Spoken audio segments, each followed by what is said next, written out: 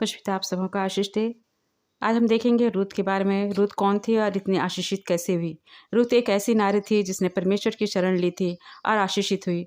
रूत एक मोआबी कन्या थी जिसका विवाह के पश्चात उसके पति की मृत्यु हो जाती है, जो अपने सास के साथ मोआब देश से बैतलहम वापस चली आती है, क्योंकि उसकी सास बैतलहम निवासी थी। उसकी सास उसे अपने माता पिता के पास भेजना चाहती है, पर वो नहीं जाती।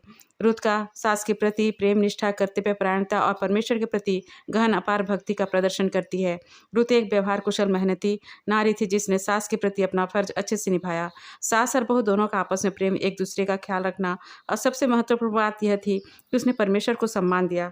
उसने अपनी सास से कहा था, जो कि हम पढ़ते हैं पवित्र शास्त्र रूत 1:16-17 में, तू मुझसे यह विनती न कर कि मुझे त्याग या छोड़कर लौट जा, क्योंकि जिधर तू जाए उधर मैं भी जाऊंगी, जहाँ तू टिके वहाँ मैं भी टिकूंगी।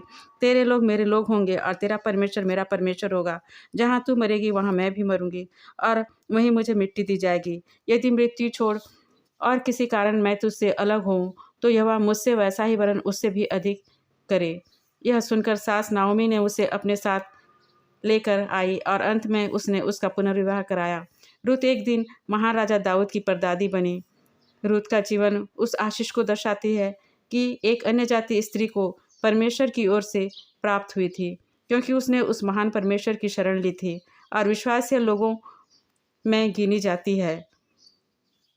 वचन कहता है, धन्य वह मनुष्य जो यहोवा पर भरोसा रखता है और उसकी शरण लेता है, उसके मार्गों पर चलता है और उसका भय मानता है। आमीन।